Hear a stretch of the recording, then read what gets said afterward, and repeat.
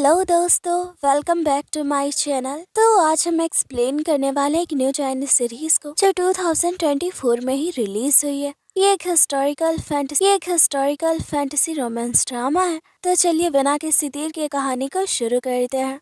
कहानी की शुरुआत लियांग डायनेस्टी में होती है।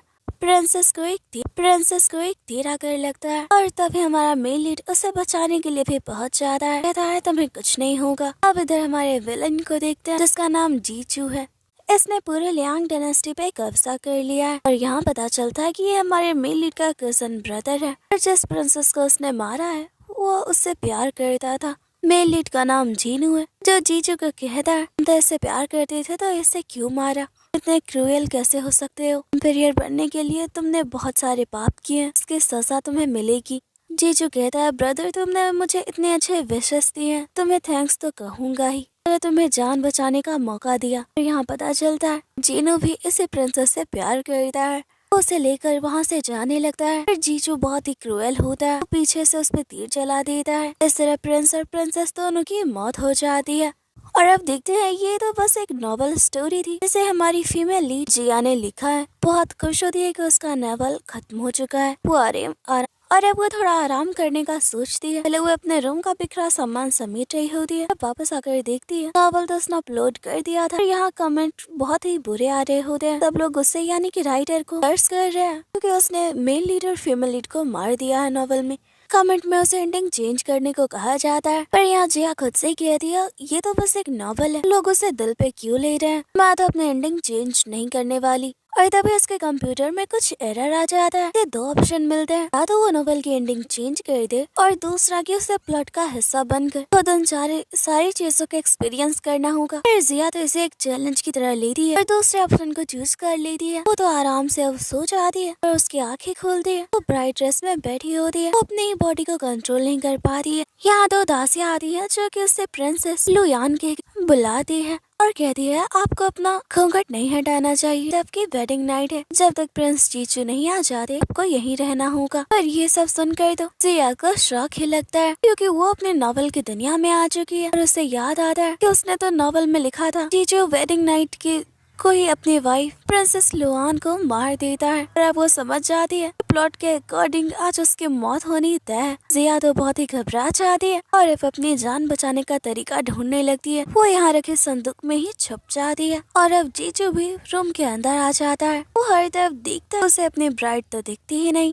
वो प्रिंसेस लुआन यानी कि जिया को ढूंढ रहा है। जिया तो इस संदूक में भी नहीं होती। कुछ देर पहले का वक्त दिखाता है जहाँ जिया खुद से ही कहती है इसने अपने नॉवल के विलन जीजू को बहुत ही स्मार्ट, ब्रिलियंट और बहुत ही क्रूएल नेचर का बनाया है, तो झट से उसे ढूंढ लेगा। जैसा कि वो नॉवल की राइटर है तो उसे यहाँ के हर चीज के बारे में पता है। खुफिया दरवाजे के अंदर छुप जाती है। जीसू की नजर उस दरवाजे पे भी पड़ जाती है। वो अंदर आ जाता है। जिया तो यहाँ भी नहीं होती। यहाँ पता चलता है कि जिया ने पहले ही सोच लिया था जीजू ढूंढते ढूंढते उसे यहाँ तक पहुँच ही जाएगा। वो छत के ऊपर ही खुद को छुपा लेती है। फिर जीजू भी समझ चुका है उसकी ब्राइड लुआन भाग चुकी है, लेकिन वो हैरान होता है लुआन को कैसे पता चला कि वो उसे मारना चाहता है। वो अपने सैनिकों को लुआन को ढूंढने का ऑर्डर देता है और साथ ही कहता है लुआन के दिखते ही उसे मार देना। इधर जिया अपनी जान बचाने के लिए भाग रही होती है। ये जीजू का फ्रेंड चैंग है। वो जीजू को कहता है ऐसे तुम्हारी वेडिंग नाइट, तुम यहाँ बाहर क्या कर रहे हो, लगता है तुमने अपनी ब्राइड को मार ही दिया, अब तो हमें सेलिब्रेट करना चाहिए क्योंकि प्रिंसेस लुआन तो फुआंग डायनेस्टी की प्रिंसेस है और उसकी मौत की खबर मिलते ही लिंग डायनेस्टी और फुआन डायनेस्टी में युद्ध होगा। तुम उसका फायदा उठाकर क्राउन प्रिंस को मारकर एम्पायर बन सकते हो। जीजू बस स्माइल कर रहा होता है। इधर जिया छुपी होती है। जीजू के सैनिक ढूंढते ढूंढते वहाँ तक पहुँच चुके हैं। दरवाजे के बाहर है। जिया के मेट्स उन्हें वहाँ से भगा देती है। यहाँ देखते हैं जीजू उन दोनों मेट्स से पूछता है बताओ प्रिंसेस लुआन कहाँ है। वो मेट्स कुछ भी नहीं बताती। वो उन दोनों को मार देता है। ऊपर छिपी जिया ये सब देखकर पूरी तरह से कांप जाती है। वो बहुत ही डरी होती है। उसकी सिसकियों की आवाज जीजू के कानों तक आती है। जैसे ही पीछे मुड़ता है जिया छुप जाती है। जिया यहाँ छुपी होती है अपने जान बचाने के लिए। जीजू के सैनिक तो यहाँ भी पहुँच जाते हैं। सैनिक उसे मारते इससे पहले ही एक आदमी उसे बचाकर ले जाता है। जिया की आंखें खुलती है। वो देखती है उसके सामने जीनू होता है। उसने उसकी जान बचाई है। जिया को कहता है क्या तुम ठीक हो। जिया गिरने लगती है तो वो उसे संभालता है। और अब कहानी का प्लॉट चेंज होने वाला है। नॉवल का विलन जीजू ही अब मेल लीड होने वाला है। इधर जीजू को बताया जाता है प्रिंसेस लुआन अब तक नहीं मिली है। जीजू तो बस इस बात से हैरान था लुआन को ये बात कैसे पता चली वो उसे आज रात मारने वाला है। वो अपने आदमियों को अभी लुआन को ढूंढने को कहता है। इधर जिया की सुबह आंखें खुलती है। उसे लगता है कि वो अपने दुनिया में वापस आ चुकी है। तभी सामने से उसे जिन्नू आता नजर आता है। चारी फिर से उदास हो जाती है। वो जिन्नू को देखकर खुश थी। कह रही है मैंने तुम्हें इतना हैंडसम और जेंटल बनाया इसलिए तो तुम मेल लीड हो। तुम्हें नॉवल में मार कर मैंने गलत किया। अगर मुझे मौका मिला अपनी दुनिया में वापस जा पाई मैं नॉवल की एंडिंग जरूर चेंज करूंगी और तुम्हारी जान बचाऊंगी। चीनू कहता है तुम ठीक हो। मैं जानता हूँ तुम जीजू से प्यार कर दी और वो तुम्हें भी मारना चाहता है। और यहाँ पता चलता है कि चीनू लुआन को पसंद करता है और लुआन जीजू को। इस कहानी में आगे और भी ज्यादा ट्विस्ट आने वाले हैं। उम्मीद है आप लोग कंफ्यूज नहीं होंगे। और अब यहाँ जिया को एहसास होता है वो नॉवल में उस वक्त में जहाँ उसकी कहानी शुरू हुई थी। जीनू क्राउन प्रिंस यानी और मेल लीड है। वही जीजू विलन है। जीनू जिया को कहता है जब तक चाहो यहाँ रह सकती हो वहाँ बिल्कुल सेफ हो। वैसे भी जीजू ने अब तक तुम्हारा चेहरा नहीं देखा। तुम्हारी आइडेंटिटी छुपाना बहुत ही आसान होगा हमारे लिए। जिया जीनू को थैंक्स करती है अपनी जान बचाने के लिए। जीनू कहता है तुम बहुत ही डर गई हो। मेरे साथ बाहर चलो तुम्हें पूरा लियांग दिखाऊंगा। इस तरह तुम्हारा मन भी बहल जाएगा। जिया तो इस हिस्टोरिकल दुनिया को देखकर बहुत ही खुश होती है। वो एंजॉय कर रही होती है। उसे स्माइल करता देख जीनू मन में ही कहता है आज कितने दिनों बाद तुम्हें स्माइल करता देख रहा हूँ। भले ही तुमने शादी जीजू से कर ली है मुझसे प्यार भी कर दी मैं तुम्हें उसके पास जाने नहीं दूंगा क्योंकि वो तुम्हें मारना चाहता है। इधर डांसर वैवई को दिखाया जाता है कि लियांग की बहुत ही फेमस डांसर होती है। सारे लोग उनका डांस देखकर खुश होते हैं। या तो उसे बस देखती रह जाती है और कहती है सब मैंने नॉवेल में लिखा था रियलिटी में तो उससे भी ज्यादा खूबसूरत हो बिल्कुल एक फेरी जैसी। काश मैं तुम्हें और भी करीब से देख पाती। और अब यहाँ जिया को बहुत ही बुरा लगता है क्योंकि नॉवल में उसने वैवई को भी मार दिया था। हाँ जीनू तो जिया को अपने इतने पास देखकर ही खुश था। जिया को कहता है तुम अचानक से इतने उदास क्यों हो गई। जिया मन में ही कहती है अगर तुम्हें बताया फिर भी तुम यकीन नहीं करोगे। और अब यहाँ देखते हैं कि वैवई का चेहरा तो बिल्कुल अलग होता है। यहाँ पता चलता है उसने जो ड्रेस पहनी हुई है एक मैजिकल ड्रेस है जो कि उसे जीजू ने दिया है। ड्रेस की वजह से बहुत ही यंग और खूबसूरत दिखती है। यहाँ को बहुत ही उदास हो रही है। जीजू ने ये ड्रेस देखकर वैवई पे बहुत बड़ा एहसान किया था। अब वो वैवई से चाहता है वो सुसाइड कर ले। इधर जिया वैवई से मिलने आती है। वैवई बिल्कुल मूव नहीं कर रही होती। वो डर जाती है वैवई मर तो नहीं गई। पर तभी वैवई कहती है तुम यहाँ क्या कर रही हो। और अब जिया को याद आता है कि उसने नॉवल में लिखा है जीजू के कहने पे वैवई सुसाइड कर लेती है। इसका इल्जाम क्राउन प्रिंस यानी कि जीनू पे आता है। तरह जीजू जीनू को अपने रास्ते से हटा देता है। उसे बहुत ही बुरा लगता है इस तरह का प्लॉट लिखने के लिए क्योंकि इनोसेंट वैवई मारी जाती है जीजू के हाथों। इधर अफजिया खुद को मारने की कोशिश कर रही होती है। उसे लगता है ऐसा करने से अपनी दुनिया में वापस चली जाएगी। खुद को नुकसान पहुंचाना तो बहुत ही मुश्किल होता है। जिया ये नहीं कर पाती। अब वो तय करती है वो नॉवल में जो भी प्लॉट उसने लिखा था उसे चेंज कर देगी। जब नॉवल को एक हैप्पी एंडिंग मिलेगी तब शायद वो अपने दुनिया में पहुंच जाए। वो तय करती है कि सबसे पहले वो वैवई को सुसाइड करने से रोकेगी ताकि जीनू पे उसकी मौत का इल्जाम न लगे। जिया प्लेसर हाउस आ रही है और वो एक लड़के से टकराती है जिसका नाम फैंग है और ये जीजू का छोटा भाई होता है। वो उससे डरकर छुप जाती है और उसके सामने यहाँ जीजू बैठा होता है। यहाँ पता चलता है कि जीजू ने जिया को जीनू के साथ देख लिया था तो उसे जिया पे शक होने लगा। पूछता है बताओ तुम कौन हो तुम यहाँ क्या कर रही हो। या तो उसे अपने सामने देखकर बहुत ही डर जाती है। उसके हाथ पैर कांप रहे होते हैं। बड़ी हिम्मत करके वो कहती है तुम मेरे हस्बैंड थोड़े ना हो जो मैं तुम्हें सब कुछ बताऊं। जीजू कहता है तुम्हारी हिम्मत कैसे हुई मुझसे इस तरह बात करने की। जानती भी हो मैं कौन हूँ। यहाँ जिया प्रिटेंड करती है कि वो तो उसे जानती नहीं। जिया कहती है तुम दिखने में तो बहुत ही हैंडसम और इंटेलिजेंट लगते हो पर इसका मतलब ये तो नहीं कि तुम मुझ पे अपना रौब झाड़ो। जीजू कहता है मैं जानता हूँ तुम वैवई की मैजिकल ड्रेस चुराने आई हो। वैवई तो ये सुनकर हैरान होती है। कहती है क्या तुम जानते हो वो ड्रेस कहाँ है तुम मेरी हेल्प कर दो। वो गिरने लगती है तो जीजू की तरफ अपना हाथ बढ़ाती है। जीजू तो उसे उल्टा गिरा देता है और यहाँ बेचारी को चोट भी लगती है। जिया कहती है तुम खुद को होशियार समझ रहे हो। जीजू उसके मूंछों को ठीक करते हुए कहता है वह सच में लगता है इस तरह तुम्हें कोई नहीं पहचान पाएगा। तभी यहाँ वैवई आ जाती है और इन दोनों को ऐसे देख लेती है और अब जीजू जिया को इग्नोर करता है और वहाँ से चला जाता है।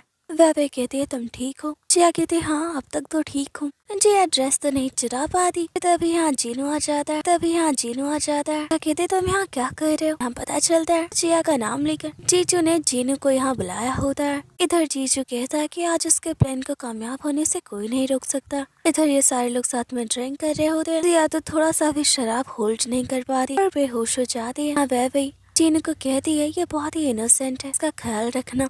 और यहाँ वो जीनू को एक बॉक्स देती है। तो वजिया की आंखें खुलती और यहाँ उसे पता चलता है कि बेबे की मौत हो चुकी है। उसका इल्जाम क्राउन प्रिंस जीनू पे आया है। वो बेबे को नहीं बचा पाई पर अब जीनू को बचाना चाहती है। और यहाँ उसके सामने जीजू होता है और ऐसे यहाँ जिया के सामने प्रिंस जीजू होता है। वो तो अंदर से बहुत ही घबराई होती है और उसके कंधे पे हाथ रखते हुए कहती है आ जाते हुए पे तुमसे मुलाकात हो ही जा रही है। इतने हैंडसम हो तुमसे नजर हटती ही नहीं। मैंने तो सुना है लियांग में 3 प्रिंस है, उनमें सबसे ज्यादा हैंडसम प्रिंस जीजू है। बहुत ही स्मार्ट और इंटेलिजेंट भी है। तुम बिल्कुल उसी की तरह हो। तो अब जीजू का आदमी जिया को बताने लगता है कि यही तो प्रिंस जीजू है। जीजू उसे रोक देता, जिया को इग्नोर करते हुए चला जाता है। हाँ, जिया कहती है जान छूटी इससे। जब तक इसे लगता है कि मैं इसे नहीं जानती तब तक मैं सेफ हूँ। और अब हमारी सेकंड फीमेल लीड नैन्सी को देखते हैं। ये इन्वेस्टिगेशन डिपार्टमेंट की हेड है और यही वेबे के मर्डर केस को इन्वेस्टिगेट करेगी। जिया उससे मिलती है कि हम दोनों ही क्राउन प्रिंस जीनू को बचाना चाहते हैं, मैं तुम्हारी हेल्प करूंगी। नैन्सी कहती है मैं तो तुम्हें जानती भी नहीं और तुम हो कौन। जैसा कि जिया नॉवल की ऑथर है तो हर कैरेक्टर के बारे में सब कुछ पता है। यहाँ पता चलता है कि नैन्सी क्राउन प्रिंस को पसंद करती है, उसकी अच्छी दोस्त भी है। जिया कहती है तुमने मुझे क्राउन प्रिंस के साथ देखा होगा। और अब नैन्सी को भी याद आता है रात ही तो उसने जीनू और जिया को एक साथ देखा था। इधर जीजू का आदमी जिया के बारे में कहता है लड़की हमेशा क्राउन प्रिंस के साथ रहती है, क्राउन प्रिंस को बचाने की हर कोशिश करेगी, हमारे रास्ते में रुकावट बन सकती है, आप कहें तो हम इसे मार दें। जीजू कहता है अभी इसकी जरूरत नहीं, लड़की बहुत ही इंटरेस्टिंग है, मुझे इसके बारे में सब कुछ जानना है, पता लगाओ कि आखिर ये है कौन। इधर सेक्रेटरी दाव के साथ नैन्सी इन्वेस्टिगेशन के लिए जा रही होती है। कहती है मैं भी तुम्हारे साथ चलती हूँ। नैन्सी उसे अपने साथ लेकर नहीं जाती और तभी यहाँ जीजू आता है। गलती से जिया उसके ऊपर ही हाथ रख देती है। जब वो जीजू को देखती है डर के मारे उसकी हालत खराब होने लगती है, फिर भी अपने अंदर थोड़ा कॉन्फिडेंस लाती है और कहती है मैं गिरने वाली थी, मुझे बचाने के लिए शुक्रिया, मैं भी आपके साथ अंदर चलूँ। लेकिन तैंग कहता है लड़की तुम्हारी हिम्मत कैसे हुई, प्रिंस से इस तरह से बात कर रही, तुम जानती हो ये प्रिंस जीजू है। जिया कहती है क्या आप ये सच कह रहे हैं? मेरी तो किस्मत खुल गई, मुझे प्रिंस जीजू के दर्शन हो गए। मैंने तो सिर्फ उनके बारे में सुना था कि वो कितने हैंडसम स्मार्ट इंटेलिजेंट, आज उन्हें देख भी लिया। तो जीजू की खूब तारीफ कर दी ताकि वहाँ से बच पाए। तो जिया की सारी चालें जीजू पहले ही समझ जाता है। उसका कॉलर पकड़ता है, कहता है मेरे साथ जाना चाहती हो तो बदले में तुम्हें तो कुछ देना होगा। और जिया कहती है खुद को आपको नहीं दे सकती। जीजू कहता है ये किस तरह की लड़की है। साथ ही जिया को कहता है गलत फहमी मत पालो, तुमने सोचा भी कैसे मैं तुम्हें इंटरेस्ट लूंगा, तुम तो खूबसूरत भी नहीं हो। ये अपने मन में कहती है तुम्हें इतना हैंडसम बनाना ही नहीं था, काश मैं नॉवल में तुम्हें एक बदसूरत प्रिंस बनाती। और इधर नैन्सी लाश की अच्छे से जांच कर दी है। इधर दरबार में दिखाया जाता है पिरियर के बजाय आज कोर्ट सेकंड प्रिंस चलाने वाले प्रिंस जीजी है। ये जीनू का छोटा भाई है। यहाँ जीजू जानबूझकर क्राउन प्रिंस यानी कि जीनू की जगह पे आकर बैठता है। जीजी कहता है तुम उसकी जगह पे क्यों बैठे हो? तो जीजू कहता है जीनू अभी एक आरोपी है, अब तक तो मैं यहाँ बैठ ही सकता हूँ। यहाँ सारे सबूत पेश किए जाते जैसे कि पता चलता है कि वेबे को क्राउन प्रिंस यानी कि जीनू ने मारा है। लेकिन जीनू अपनी सफाई में कहता है कि वो लास्ट नाइट वेबे के साथ सिर्फ ड्रिंक कर रहा था। जब उसकी आंखें खुली तो वेबे की मेट चिल्ला रही थी कि वेबे ही मर चुकी है और उसे मैंने मारा है। उससे पूछा जाता है कि तुम बेहोश कैसे हुए? जीनू कहता है मैंने ज्यादा ड्रिंक कर लिया था। लेकिन कल रात का वक्त दिखाया जाता है, जीनू जिया को सुलाकर जा रहा होता है, अभी वेबे उसे बेहोश कर देती है। कहती है मुझे माफ कर देना। जीनू ये बात किसी को नहीं बताता। और अब कहानी कुछ देर पहले आती एडॉप्सी के बाद नैन्सी को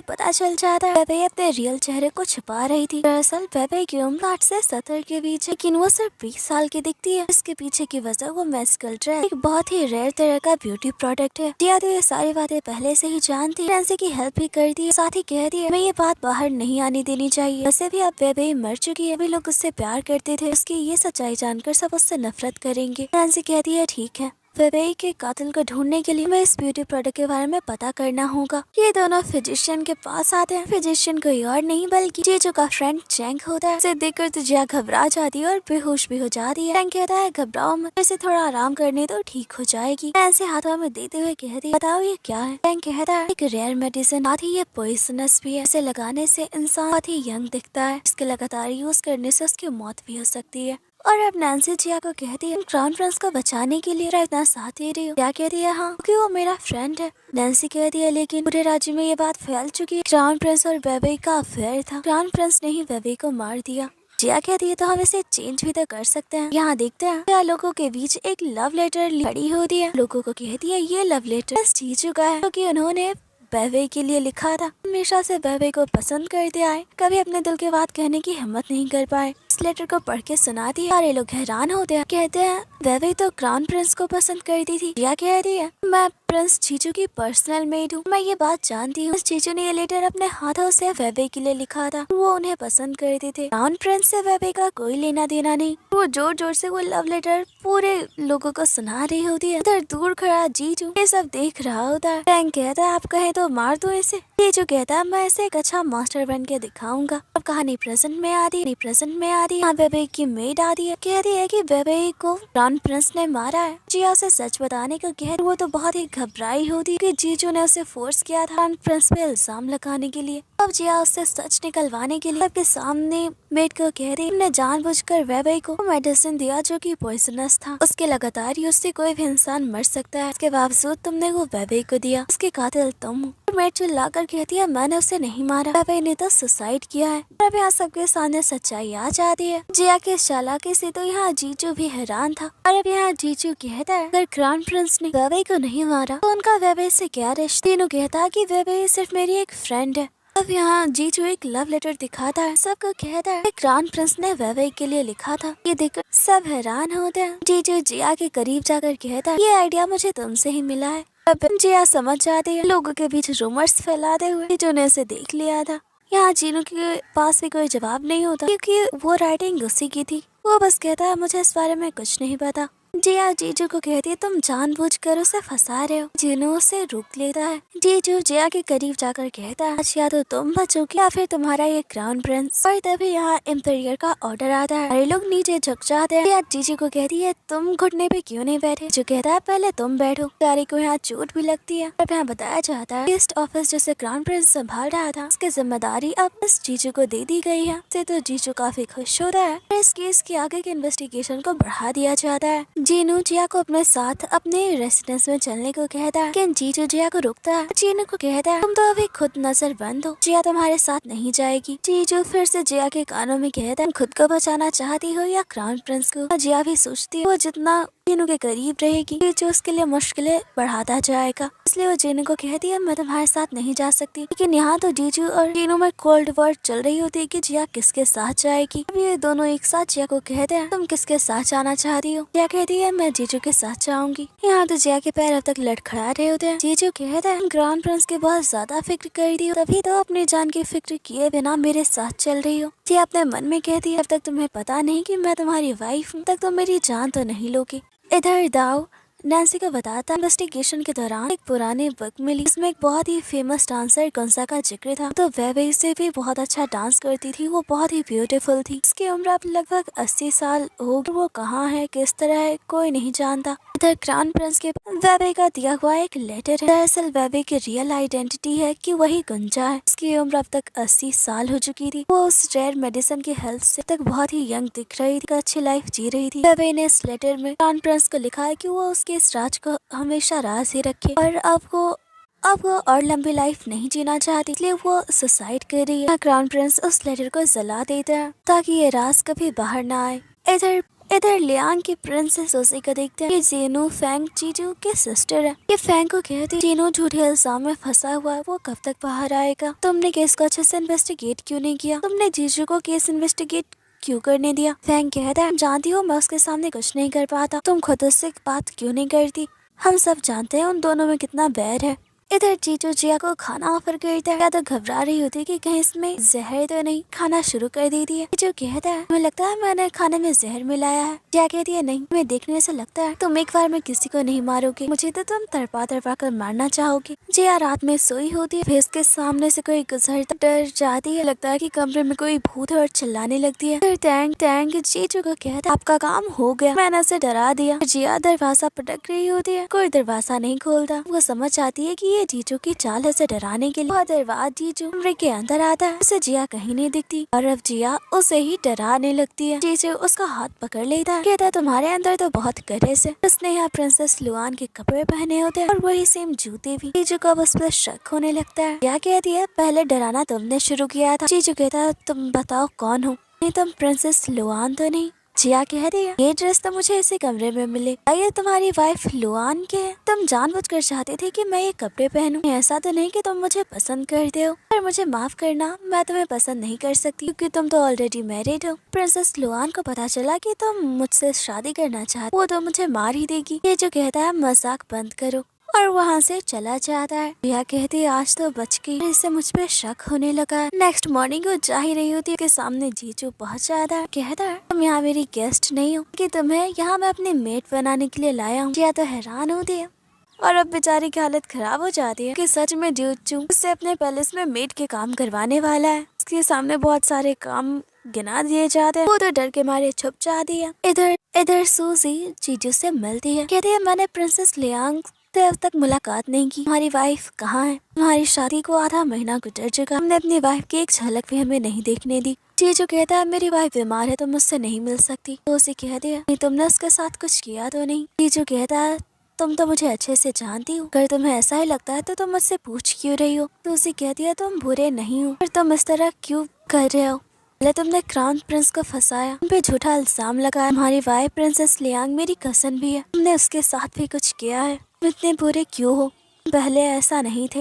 वो बहुत ही इमोशनल हो जाती है कि बचपन में सारे भाई बहन एक साथ बहुत ही खुश रहते थे। यहाँ तक कि जीनू और जीजू में भी कोई लड़ाई नहीं थी। बीते कुछ सालों में जीनू और जीजू के बीच के रिश्ते खराब हो चुके हैं। जीजू सुसी को कहता है अच्छा होगा कि तुम मेरे पैलेस में ना आओ। सुसी रोते हुए वहाँ से चली जाती है और इसी के साथ ये एपिसोड खत्म हो जाता है। सुसी बैठी होती है, वो अभी तक जीजू के पैलेस से बाहर नहीं गई होती है। दरअसल वो जीनू के कहने पे यहाँ जिया से भी मिलने आई होती है और तभी यहाँ पर चैंग आता है। इन दोनों की पहली मुलाकात है। देखने से लगता है कि ये पहले से एक दूसरे को जानते हैं। सूसी चैंग को हेलो करती है। चैंग को अपना इंट्रोडक्शन देता है। सूसी कहती है कि हम पहले मिल चुके हैं, लेकिन चैंग कोई जवाब नहीं देता। सूसी बस उसे देखती रह जाती है। तभी यहाँ जीजू आ जाता है। सूसी को कहता है तुम अब तक गई क्यों नहीं। सूसी कहती है मैं जा रही हूँ, तुम्हें याद दिलाने की जरूरत नहीं। वैसे वो आदमी कौन था, मैंने उसे पहले कभी नहीं देखा। जीजू कहता है तुम्हें उसके बारे में क्यों जानना है। इधर चैंग अपनी दवाइयाँ तैयार कर रहा होता है। उसका आदमी एक लेटर देते हुए कहता है कि प्रिंस जो के पैलेस से आया है, लेकिन चैंग तो उस लेटर को बिना पढ़े ही जला देता है। देखने से लगता है कि इसके दिल में कई राज छुपे हुए हैं। इधर सूसी जीनू के पास आती है। कहती है भाई आप ठीक हो,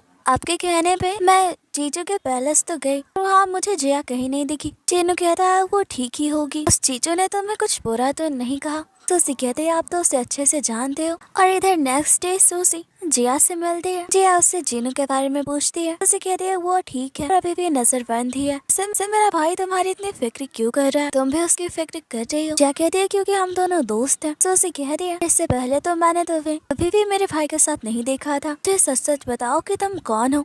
जिया कहती है यही सच है। तो सूसी कहती है तो तुम प्रिंस जीजू के पैलेस में क्या कर रही हो। अब जिया पूरी तरह से घबरा जाती है और सूसी को कहती है मेरे कुछ रीजंस है कि मैं यहाँ रुकी हुई हूँ, सही वक्त आने पर मैं तुम्हें बता दूंगी। सूसी यहाँ स्माइल करती है और कहती है मैं तो बस मजाक कर रही थी, अगर तुम्हें मेरी हेल्प चाहिए तो तुम मुझे बता सकती हो। इधर जिया जीजू के कमरे में चावल छीट रही होती है। यहाँ जीजू पहुँच जाता है। कहता है तुम क्या कर रही हो। जिया कहती है मैं तो प्रिंसेस सूसी के कहने पे हमारे कमरे से इविल स्पिरिट्स को हटाने के लिए चावल छिड़क रही थी। इसके बालों को झाड़ने लगती है और कहती है गलती से कुछ चावल यहाँ रह गए। जीजू कहता है तुम्हारे पास कोई काम नहीं है इसलिए तुम यहाँ खेल रही हो। जिया कहती है तुम ऐसा क्यों कह रहे हो। उसके नेक पर से चावल हटाने लगती है। जिया की इन हरकतों से तो जीजू परेशान हो जाता है और वहाँ से चला जाता है। जिया खुद से ही कहती है अपने पैलेस में रखा है ताकि मुझे टॉर्चर कर सके। इधर जीजू ने अब इस ऑफिस को संभाल लिया इन्वेस्टिगेशन के लिए। दाव को कुछ फाइल्स ढूंढने को कहता है। दाव कहता है यहाँ तो बहुत सारी फाइल्स, अकेला कैसे ढूंढ पाऊंगा। जीजू यहाँ जिया की तरफ देखते हुए कह रहा है, जिया इसमें तुम्हारी मदद करेगी। शाम के 5 बजे से पहले मुझे वो फाइल्स चाहिए। जिया कहती है, पर मैं ये काम क्यों करूँ। जीजू कह रहा है, तुम नहीं चाहती कि तुम्हारा क्राउन प्रिंस मर्डर केस से बच जाए। अगर उसे बचाना चाहती हो तो मेरे हर ऑर्डर को फॉलो करो। और अब मजबूरन जिया को भी आपके साथ उन फाइल्स को ढूंढने जाना पड़ता है।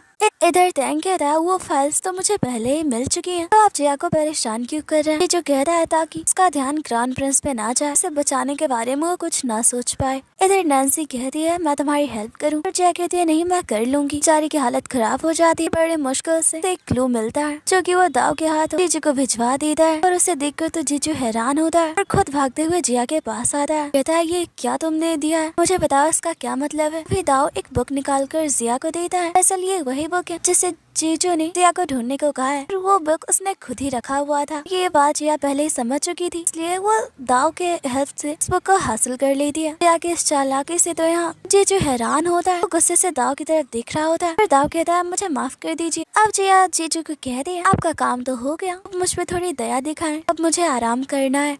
इधर जिया जीजू को ड्रिंक ऑफर कर दी है। यहाँ जीजू को लगता है जिया उसे मारना चाहती है। माइनस ने कुछ मिलाया है। चुपके से ग्लासेस को चेंज कर देता है। जिया जैसे ही ड्रिंक कर दी वो बेहोश हो जाती है। जीजू तो हैरान होता है। टैंक कहता है, लड़की तो एक ही शिप वाइन में ड्रंक हो गई। जिया नशे की हालत में ही बोलती है, ड्रिंक होल्ड नहीं कर सकती, इसलिए तो अपने लिए पानी रखा था, तुमने चीटिंग की। सुनकर तो जीजू और हैरान होता है। टैंक को कहता है, हर कोई मुझसे नफरत करता है, मुझे मारना चाहता है, ये भी मुझसे नफरत करती है और इसने मुझे मारने की कोशिश नहीं की, इसमें कुछ तो खास है। वो जिया को बड़े ही गौर से देख रहा होता है। तो जिया की आंखें खुलती है। कल रात की बातें उसे याद आती है। तो लगता है कि ड्रंक हालत में जीजू उसे गोद में उठाकर कमरे में छोड़ने तो नहीं आया। खुद से कहती है, ये सब तो मूवीज में होता है। तभी पीछे से जीजू कहता, तुम जो कह रही हो यही सब कल रात हुआ था। जिया कहती है, तुम झूठ कह रहे हो। जीजू कहता है, ये सब बातें छोड़ो, मुझे तुम्हारे बारे में सब कुछ जानना है, ये भी कि तुम क्राउन प्रिंस इतने करीब क्यों हो, कितने केयर क्यों कर रही हो। जिया कहती है, मैं तुम्हें सब कुछ बता दूंगी, तुम्हें वादा करना होगा, तुम मुझे मारोगे नहीं, तुम मुझे 1 महीने का टाइम दो, के बाद मैं तुम्हें सारा सच बता दूंगी मैं यहाँ क्यों हूँ।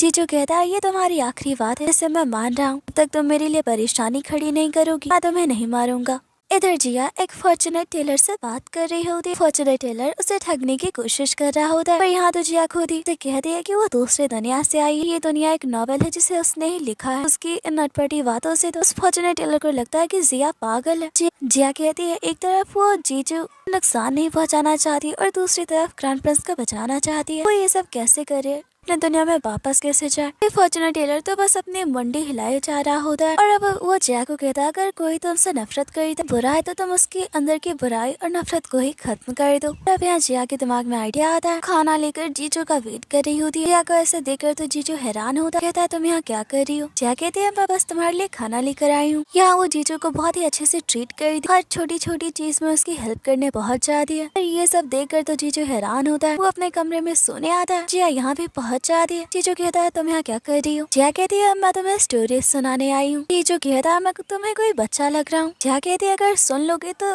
इसमें तुम्हारा कुछ बुरा नहीं होगा, कि तुम्हें अच्छे से नींद आएगी। जीजू कहता है, ठीक है सुनाओ अपनी स्टोरी। और यहाँ तो जिया उसे बुद्धा के परित्याग की स्टोरी सुना रही होती है। इसी तरह की स्टोरी सुनाती है, इसमें लोग अपने अंदर की बुराई का त्याग कर देते हैं, बुरा से अच्छे इंसान बनने की कोशिश करते। जिया की इन सब बातों से तो वो इरिटेट हो जाता है। जिया कहती है, हमें किसी से नफरत नहीं करनी चाहिए, बल्कि हर किसी को प्यार करना चाहिए। ये बात सुनकर जीजू को बहुत गुस्सा आता है, यहाँ पे हाथ उठाने लग जाता है। जिया कहती है, तुमने मुझे प्रॉमिस किया 1 महीने तक तुम मुझे मारोगे नहीं। तो जीजू रुक जाता है। जिया जीजू का गुस्सा देखकर वहाँ से डरते हुए भाग जाती है। नेक्स्ट डे वो फिर से जीजू को परेशान करने लगती है। हेल्प करने के बजाय वो उसका काम बढ़ाए जा रही होती है। इससे जीजू को काफी गुस्सा आता है। जिया का हाथ पकड़ लेता है और कहता है, अगर तुम इसी तरह मुझे परेशान करती रही, मैं अपना प्रॉमिस भूल जाऊंगा।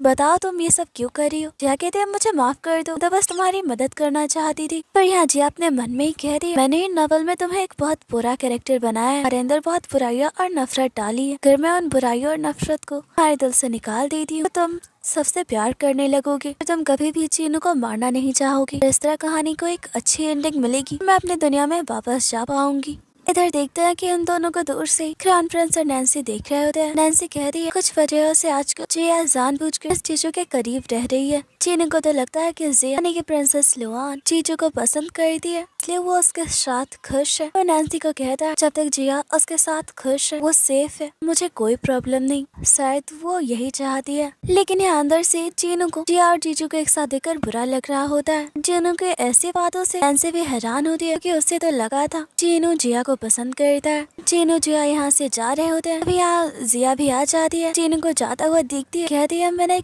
अपने नॉवल के मेन लीड को कितना अच्छा बनाया है। तभी यहाँ जीजू आ जाता है, कहता है किससे देख रही हो तुम, तुम्हारा क्राउन प्रिंस तो नहीं? क्या कहते वहाँ कोई नहीं है, तो तुम्हारे बारे में कह रही थी कि तुम कितने अच्छे हो। और ऐसे इधर फ्रैंक की मदर कहती है मैंने तुम्हारी शादी तय कर दी है मिस्टर बेई की बड़ी बेटी बेटिंग से। फ्रैंक कहता है मुझे शादी नहीं करनी, मैं तो उसे जानता भी नहीं। मॉम कहती है मैं तुमसे पूछ नहीं रही, बल्कि मैं तुम्हें अपना फैसला बता रही हूँ। इधर एंगेजमेंट पार्टी में जाने का इनविटेशन जीजू को मिला है, वो भी उसे अपने वाइफ के साथ जाना है। और तभी यहाँ सूसी आ जाती है, कहती है भाई आप किसके साथ जाने वाले हो, तुम्हारी वाइफ तो तुम्हारे साथ है ही नहीं, अगर तुम नहीं गए अपनी वाइफ के साथ तो पिताजी बहुत ही गुस्सा होंगे। जीजू अपने मन में ही कहता है थैंक यू मॉम ने ये जानबूझकर किया है ताकि सबको पता चले मेरी वाइफ पैलेस में है ही नहीं और मैं उसका ये प्लान कामयाब नहीं होने दूंगा। यहाँ वो जिया को कहता है कि तुम मेरे साथ मेरी wife princess Luoyang engagement party में जाने वाली हो। जिया पैलेस तो जाना चाहती है पर इस तरह नहीं, वो मना करने लगती है। पर जीजू कहता है तुम्हारे पास कोई और ऑप्शन नहीं है। जिया को तैयार किया जाता है, यहाँ जिया नोटिस करती है जीजू ने उसके लिए जो सर्वेंट रखे हैं बहुत ही स्ट्रॉन्ग है, उन पे नजर रखने के लिए है। अगर उसने कोई भी गड़बड़ की जीजू पल भर में उसे मरवा सकता है। जिया तैयार होकर बाहर आती है, पल भर के लिए तो जीजू उसे देखता ही रह जाता है। जिया कहती है मैं कैसी लग रही हूँ? जीजू कहता है बिल्कुल बदसूरत। ये सुनकर जिया को गुस्सा आता है, अभी दोनों अंदर बैठ जाता है। जिया कहती है थोड़ी जगह मुझे भी दो। जीजू इतने गुस्से से उसे घूरता है, वो नीचे ही बैठ जाती है। और यहाँ जिया अपने मन में ही कहती है थैंक गॉड इस खड़ूस को पता नहीं मैं इसकी रियल वाइफ हूँ, ना तो ये मुझे और भी ज्यादा टॉर्चर करेगा। सर जीजू की नजर तो जिया पर से हट ही नहीं रही होती। जिया जीजू को कहती है तुम्हें किस तरह की लड़कियाँ पसंद है? जीजू कहता है हम जैसी तो बिल्कुल नहीं। जैसे गैरेज रुकता है जिया उतरने लगती है। जीजू उसे रोकर कहता है आज तो मेरी वाइफ हो, अच्छे से डिसिप्लिन में रहना, गलतियाँ मुझे बर्दाश्त नहीं। और पहले खुद उतरता है, उसके बाद जिया को उतरने देता है। इधर रीतिंग को देखते हैं जिससे कि फैंग की शादी तय हुई है, बहुत ही काइंड हार्टेड और स्वीट नेचर की होती है। इधर जीजू जिया के साथ एंगेजमेंट पार्टी में पहुंच जाता है। यहाँ जिया की मुलाकात वेटिंग से होती है। यहाँ जिया अपने मन में सोच रही होती है इसने तो नॉवल में लिखा था एंगेजमेंट पार्टी के दौरान ही वेटिंग एक मॉन्स्टर में तब्दील हो जाती है, इसकी मौत हो जाती है। राज वो ये सब नहीं होने देगी, ये सब करने वाला इंसान जीजू होता है। वो हर हाल में आज इस इंसिडेंट को रोके रहेगी, बहाना बनाकर बाहर निकल आती है। यहाँ मेड भी उसके पीछे आ रही है। जिया फिर से सारी बनी डिशेस को डस्टबिन में डाल देती है कि इसे खाने के बाद ही वेटिंग एक मॉन्स्टर में बदल जाती है। इधर सूजी चैंग से मिलती है। सूजी ने चैंग के बारे में सब कुछ पता करवा लिया होता है। चैंग को कहती है तुम तो बहुत ही टैलेंटेड फिजिशियन हो, उसकी तारीफ करने लगती है। चैंग मुस्कुराते हुए कहता है आज मेरी इतनी तारीफ क्यों कर रही हो? सूजी कहती है इसमें मेरी गलती नहीं, तुम हो ही ऐसे। चैंग कहता है तुम्हें मुझसे कुछ कहना है? सूजी कहती है मैं तुमसे मिलना चाहती हूँ। यहाँ चैंग चाहती हूँ। यहाँ चैंग अचानक सूजी की सारी मेमोरी को मिटा देता है, वो उससे मिली थी और कहता है मैं तुम्हें दोबारा नहीं खो सकता। अब इसके पीछे क्या वजह है वो तो हमें कहानी में आके पता चलेगी। चैंग यहाँ से गायब हो जाता है। तभी यहाँ जिया आती है, सूजी को कहती है तुम यहाँ अकेली क्या कर रही हो? सूजी को होश आता है, कहती है पता नहीं। यहाँ उसे एक बहुत ही प्यारे से स्मेल का एहसास होता है। फिर जिया कहती है हमें चलना चाहिए। फिर जीजू जिया को सबके सामने इंट्रोड्यूस करता है। जीनू की मॉम यानी कि एम्प्रेस जिया से मिलकर बहुत ही खुश होती है क्योंकि जिया उनकी नीस भी है। धर फ्रैंक की मॉम कह रही है कि प्रिंसेस लुआन नहीं हो सकती, शादी के इतने दिनों बाद ही ये हमें क्यों दिखी? ऐसा भी तो हो सकता है कि ये बदल चुकी है, फेक प्रिंसेस हो। पर इम्प्रेस कहती है कि मैं अपने भतीजी को जानती हूँ। लेकिन फ्रैंक की मॉम कहती है अगर ये रियल प्रिंसेस लुआन है इसे प्रूफ करना चाहिए, इसे कि ये फू डायनेस्टी का सबसे फेमस डांस करके दिखाए। अब यहाँ तो जीजू जिया दोनों ही घबरा जाते हैं, उनका झूठ पकड़ा जाएगा। लेकिन तभी जिया के दिमाग में आइडिया आता है, यहाँ वो डांस करने के लिए अपने साथ क्राउन प्रिंस को इनवाइट कर दिया। ये देखकर तो सारे लोग हैरान होते हैं। यहाँ पता चलता है जिया ने वैवे से डांस सीखा था, उस वक्त चीनू भी उनके साथ ही था। चीनू ये बात समझ आता है। यहाँ वो जिया और जीनू यहाँ बहुत ही अच्छा डांस करते हैं। साथ में देखकर तो यहाँ जीजू को बहुत ही गुस्सा आ रहा होता है। यहाँ सारे दरबारी बात कर रहे होते हैं प्रिंसेस लुआंग तो प्रिंस जीजू की वाइफ है, के बावजूद वो क्राउन प्रिंस के साथ डांस कर रही है। इधर फू का तो सारा प्लान बेकार हो जाता है क्योंकि वो पहले से ही जानती है कि जिया रियल प्रिंसेस नहीं है। सबके सामने ये सच्चाई लाना चाहती थी। प्रिंस जीजू ने अपने वाइफ को मार दिया कि एम्पायर से सजा दे सके। तो एंगेजमेंट पार्टी शुरू होती है। फैंग और वेडिंग को बुलाया जाता है। तभी अचानक से वेडिंग की तबीयत खराब होने लगती है और वो एक बहुत बड़े मॉन्स्टर में तब्दील हो जाती है। ये देखकर तो यहाँ सारे लोग हैरान हो जाते हैं। फैंग बहुत ही डर जाता है। जिया वेडिंग को मरने से रोकना चाहती है, के पास जाने लगती है लेकिन जीजू उसे पकड़ लेता है। के बावजूद जिया वेडिंग के पास चली जाती है। वेडिंग जिया की गर्दन पकड़ लेती है, उसे मारने वाली होती है लेकिन यहाँ जीजू जिया को बचा लेता है।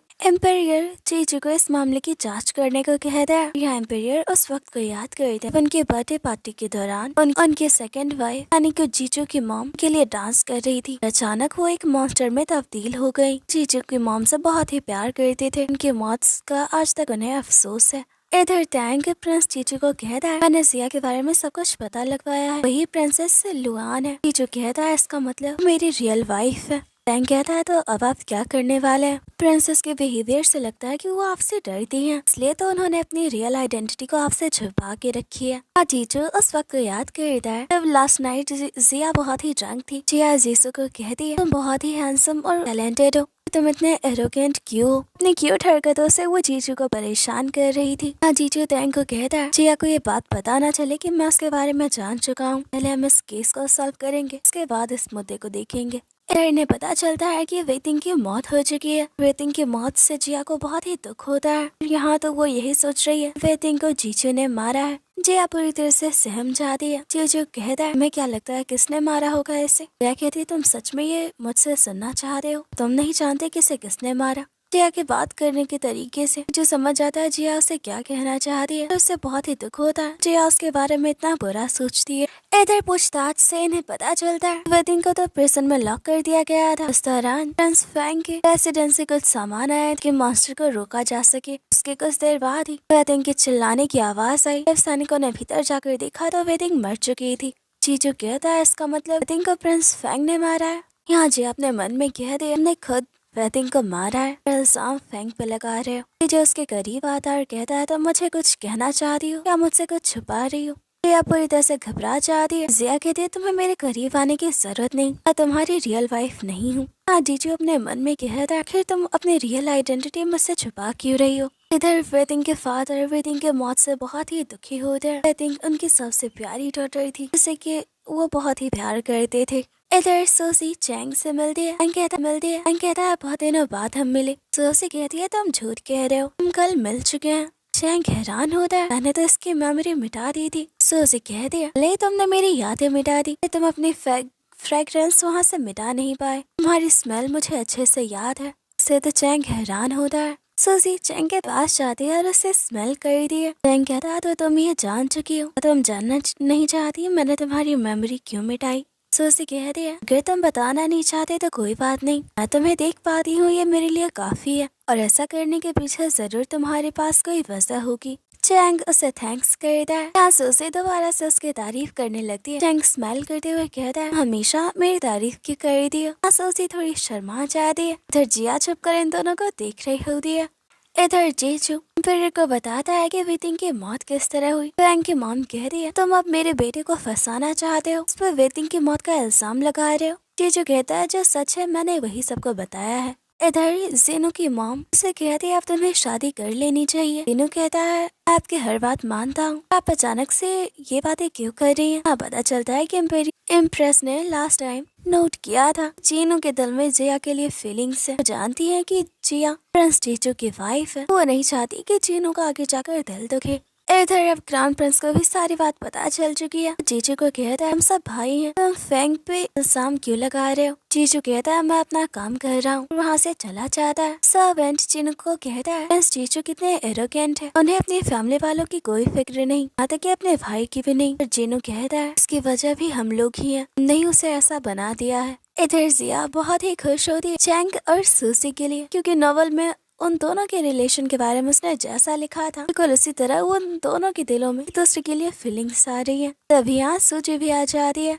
कहती है तुम क्या सोच रही हो? जिया कहती है तुम चैंग को इतना अटेंशन क्यों देती हो? सूजी स्माइल करती हुए कहती है क्योंकि वो बहुत ही स्पेशल है। जिया कहती है उसमें क्या स्पेशल है? सूजी कहती है तुम नहीं समझ सकती, और अब जिया सूसी को कहती है मैं जीजू के पैलेस से जाना चाहती हूँ, उसके साथ नहीं रहना। सूसी कहती है इसमें मैं तुम्हारी कोई मदद नहीं कर पाऊंगी कि भाई बहुत ही गुस्से वाले हैं। तब यहाँ जीजू आ जाता है। जिया को कहता है तुम क्या कह रही थी। सूसी तो डर कर कोने में खड़ी हो जाती है। जिया बड़ी हिम्मत करके जीजू को कहती है कि मैं तुम्हारे पैलेस से जाना चाहती हूँ। ये सुनकर जीजू को बहुत ही गुस्सा आता है। सूसी जीजू को कहती है जिया को गलत मत समझो, क्राउन प्रिंस के साथ नहीं रहना चाहती, वो तो मेरे साथ टाइम स्पेंड करना चाहती, इसलिए वो तुम्हारे पैलेस से जाना चाहती है। इधर सूसी जिया के साथ होती है। तभी यहाँ पर जेनू आ जाता है। जिया कहती है तुम यहाँ क्या कर रहे हो। जेनू कहता है मेरी बहन बहुत ही शरारती हो गई है, इसलिए तो इसने मुझे यहाँ बुलाया, बताया नहीं कि तुम भी आने वाली हो। और अब यहाँ जिया जेनू के साथ मिलकर यहाँ पता लगाने की कोशिश करती है कि आखिर बेटिंग की मौत कैसे हुई होगी।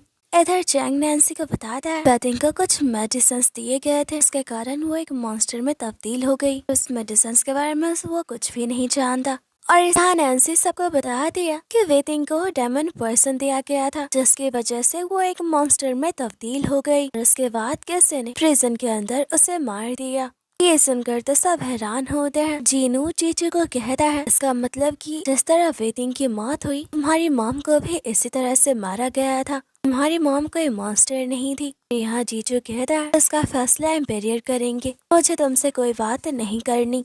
इधर जेनू और नैन्सी एक साथ केस पे इन्वेस्टिगेशन कर रहे होते हैं। इन दोनों को साथ में देखकर तो यहाँ जिया बहुत ही खुश होती है। फाइनली उसके नॉवल के मेल लीड और फीमेल लीड दूसरे के करीब आ रहे हैं। वो छुपकर उन्हें देख रही होती है, लेकिन यहाँ जीनू की नजर इस पे पड़ जाती है। और यहाँ तभी जीजू आ जाता है। जिया को कहता है तुम यहाँ क्या कर रही हो। जिया उसका हाथ पकड़कर उसे बाहर ले आती है। कहती है तुम कहीं भी क्यों टपक जाते हो, तुम थोड़ी देर बाद आते तो क्या हो जाता। जीजू कहता है ये मेरा पैलेस है, कहीं भी आ जा सकता हूँ। और तभी यहाँ टैंक आ जाता है। इन दोनों को बताता है वेटिंग को डेमन पर्सन देने वाला इंसान कोई और नहीं बल्कि फैंग की मॉम यानी कि मिस फू है। उन्होंने ही अपने सर्वेंट के जरिए वेटिंग को वो डेमन पर्सन दिया। और तभी यहाँ जीनू नैन्सी के साथ आ जाता है। जिया को कहता है तुम सूसी के साथ रहने वाली हो तो मैं तुम्हें उसके पैलेस तक छोड़ आता हूँ। और ये सब देखकर जीजू वहाँ से गुस्से में निकल जाता है। अब जिया यहाँ सोने का नाटक कर रही होती है। इन दोनों को बात करता हुआ देखने मन में ही कह रही है जब तक तुम दोनों की लव स्टोरी शुरू नहीं होती मेरा नॉवल कभी कंप्लीट नहीं होगा। पर यहाँ जीनू और नैन्सी दोनों ही जिया के बारे में ही बात कर रहे होते हैं कि वो कितने शरारती है। यहाँ जिया अपने मन में कहती है तुम दोनों मेरे बारे में ही बात क्यों कर रहे हो, एक दूसरे के बारे में सोचो। इधर देखते हैं कि जीजू इम्पेरियर को यानी कि अपने फादर को कहता है मेरे पास सारे सबूत हैं, मैं प्रूव कर सकता हूँ कि मेरी मॉम की मौत कैसे हुई थी, एक मॉन्स्टर में क्यों तब्दील हो गई थी। ये सब फैंग की मॉम ने किया था और उन्होंने ही वेटिंग को भी मारा है। यहाँ किंग जीजू को कहते हैं मैं ये सब जान चुका हूँ, हमारी मॉम के मौत का दुख मुझे आज भी है, मैं भी उनकी मौत का बदला चाह रहा हूँ, लेकिन मैं भी कुछ नहीं कर सकता, मैं फैंग की मॉम को सजा नहीं दे सकता। जीजू कहता है पर आप ऐसा क्यों नहीं कर सकते, आप मेरी मॉम की मौत भूल गए, आप उनसे प्यार नहीं करते थे। एम्पेरियर कह रहा है फू फैमिली हमारी मिलिट्री को सपोर्ट कर रही है, अगर मैं फैंग की मॉम को सजा देता हूँ सैनिक विद्रोह कर देंगे, पूरा लियांग खतरे में आ जाएगा, इसलिए मैं चाहता हूँ कि तुम इस बात को ना उठाओ, वक्त आने पर मैं फू को सजा जरूर दूंगा। पर अपने पिता की इन बातों से जीजू को बहुत ही दुख होता है, वो वहाँ से चला जाता है। और यहाँ जीजू तय करता है कि वो पूरी मिलिट्री को अपने कब्जे में ले लेगा, पूरी फू फैमिली को बर्बाद कर देगा, अपनी मॉम की मौत का बदला लेकर रहेगा। और अब इधर एम्पेरियर क्राउन प्रिंस जीनू को कहता है मैं जानता हूँ जीजू अपने मॉम की मौत का बदला लेना चाहता है, वो फू फैमिली को नुकसान पहुँचाने की कोशिश करेगा, उसे रोकने की जिम्मेदारी तुम्हारी है। यहाँ जीनू को भी बुरा लगता है जीजू के लिए, किंग सबको जानते हुए भी इस फू को सजा नहीं दे रहा है। अब इधर चैंग जीजू को कहता है हमारे फादर ऐसा कैसे कर सकते हैं, क्या आप तुम अपनी मॉम की मौत का बदला नहीं लोगे, हमने सालों तक इसके लिए बहुत कुछ किया है, आखिरी मोमेंट पे तुम इस तरह रुक जाओगे। यहाँ पता चलता है कि बचपन से ही इन दोनों के साथ बहुत कुछ बुरा होता आया है। टैंक की फैमिली को भी फू फैमिली ने बर्बाद कर दी, पेरेंट्स को मार दिया, बचपन में उसे बहुत ही टॉर्चर भी किया था, और जीजू की मॉम को मारने के साथ इस फू ने उसे भी बचपन से टॉर्चर किया था, इसलिए ये दोनों साथ मिलकर पूरी फू फैमिली से बदला लेना चाहते हैं। इधर जिया हर तरफ जीजू को ढूंढ रही होती है, तभी जीजू उसे अपने साथ ऊपर छत पे ले आता है। या तो पूरी तरह से डर जाती है, जीजू को कहती है अगर मैं नीचे करके मर जाती तो जीजू कहता है तुम गिरी तो नहीं। यहाँ वो बहुत ही उदास दिख रहा होता है, ड्रिंक भी कर रहा होता है, इसलिए जिया उसे ज्यादा परेशान नहीं करती। जिया समझ जाती है कि जीजू अपने मॉम को मिस कर रहा है। उनकी मौत का बदला नहीं ले पाने की वजह से वो गुस्से में है। जीजू कहता है मैं बहुत ही बुरा हूँ इसलिए तुम मुझसे डरती हो। जिया कहती है ऐसी बात नहीं है, इस दुनिया में सिर्फ तुम अकेले बुरे नहीं हो, मैंने भी बहुत सारी बुरी चीजें की है, मैं कोई संत थोड़ी ना हूँ, इसलिए तुम्हें ऐसा ख्याल अपने दिमाग में नहीं लाना चाहिए। जीजू कहता है मेरी लाइफ में सबसे इम्पोर्टेंट इंसान मेरी मॉम थी, कि अब मेरे पास नहीं है, अब तो मैं उनकी मौत का बदला भी नहीं ले पाया हूँ। इसी तरह बातें करते हुए ये दोनों साथ में काफी वक्त बिताते हैं। फिर चैंग नोटिस करता है कि कोई उसका पीछा कर रहा है। वो उस इंसान को मारने ही वाला होता है, देखता है ये तो सूजी होती है तो रुक जाता है। चैंग कहता है तुम यहाँ क्या कर रही हो और मेरा पीछा क्यों कर रही थी। सूजी कहती है मैं तुमसे मिलना चाहती थी। चैंग कहता है मुझे यहाँ से जाना है, पर सूजी उसे रोक लेती है और कहती है तुम मुझे इग्नोर नहीं कर सकते। चैंग कहता है प्रिंसेस आपको नहीं लगता आपको इस तरह देखकर आपके बारे में लोग गलत सोचेंगे। सूजी कहती है तुम क्या सोचते हो, सिर्फ इससे ही मुझे फर्क पड़ता है, ऐसे आज तुम इतना उदास क्यों दिख रहे हो। चैंग उसे कोई जवाब नहीं देता। इधर जिया जा रही होती है तभी टैंग उसे थैंक्स करता है। यह हैरान होती है, कहती है तुम मुझे थैंक्स क्यों कर रहे हो। टैंग कहता है क्योंकि प्रिंस जीजू बहुत ही परेशान और उदास थे, इस वक्त में आप उसके साथ थी। जिया कहती है तुम्हारा प्रिंस बहुत ही खतरनाक और एरोगेंट है, उससे डरती हूँ इसलिए मैं उसके साथ थी, अगर मैं उसके साथ नहीं जाती तो वो मुझे मार देता। टैंग कहता है आप प्रिंस के बारे में गलत सोच रही हैं, वो बिल्कुल भी बुरे नहीं है। लियांग में उनके बारे में बहुत बुरे रूमर्स फैले हैं कि वो बहुत ही खूंखार है, लोगों को मार देते हैं, ऐसा कुछ भी नहीं है। प्रिंस तो बहुत ही अच्छे हैं, आज तक उन्होंने किसी भी इनोसेंट को नहीं मारा है। वो तो इस बात पे भी ध्यान नहीं देते कि लोग उनके बारे में क्या सोचते हैं, इसलिए तो अपने बारे में बुरे फैले रूमर्स को उन्होंने कभी क्लियर नहीं किया। यह कहती है झूठ मत बोलो, मैंने तुम्हारे प्रिंस को देखा है तो मेट्स को मारते हुए, क्योंकि प्रिंसेस लुआंग के थे। टैंग कहता है आपने गलत देखा होगा, दोनों मेट्स ने तो सुसाइड किया था, प्रिंस जीजू ने कुछ भी गलत नहीं किया है। बचपन से ही उन्हें बहुत सारी मुसीबतों को अकेले ही झेलना पड़ा और अब वो अपने मॉम की मौत का बदला लेना चाहते हैं। जीजू के बारे में ऐसी बातें सुनकर तो जिया पूरी तरह से शॉक थी। उसके नोवेल का विलन रियल लाइफ में बहुत ही काइंड हार्टेड इंसान है। से मिलकर एक पार्टी ऑर्गेनाइज करते हैं। जिया